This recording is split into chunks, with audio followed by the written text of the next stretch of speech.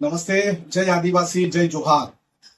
ગત રોજ ડેડિયાપાડાના મારા સાથી ધારાસભ્ય ચેતરભાઈ વસાવાની ધરપકડ કરવામાં આવી છે અને ચેતરભાઈ જેવા આદિવાસી સમાજનો આવાજ બની રહ્યા અને હર હંમેશા આદિવાસી સમાજના પ્રશ્નને લઈને સરકારને હંમેશા ઘેરતા હોય છે એવા આદિવાસી સમાજના યુવા ધારાસભ્યોની ગેરકાયદેસરની ધરપકડ કરવામાં આવી.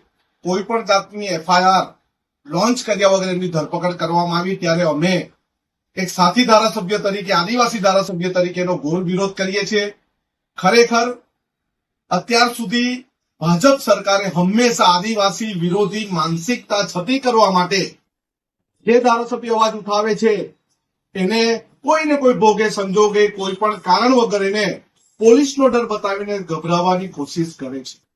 અત્યારે જ અમે સુરત ખાતે ડીજીવીસીએલની ઓફિસ પર ઘેરાવો પણ કર્યો હતો. ત્યારે આદિવાસી સમાજના યુવાનો, કચડાયેલા સમાજના યુવાનો, ઓબીસી સમાજના યુવાનોની નોકરી માટે અવાજ સફળતાપૂર્વક ઉઠાવ્યો.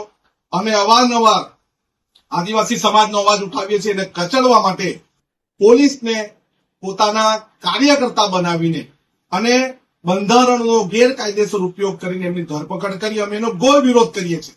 આવનારા સમયમાં જો પોલીસ તંત્ર, ડેડિયાપાડા પોલીસ તંત્ર અને નર્મદા જિલ્લા પોલીસ તંત્ર જો ધ્યાનમાં નહીં લે તો અમે મોટું આંદોલન કરવા જઈ રહ્યા છે. જન આક્રોશ આંદોલન થશે, ન્યાય યાત્રા થશે.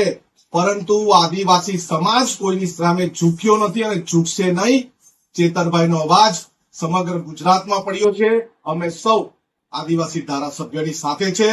લડેંગે, જીત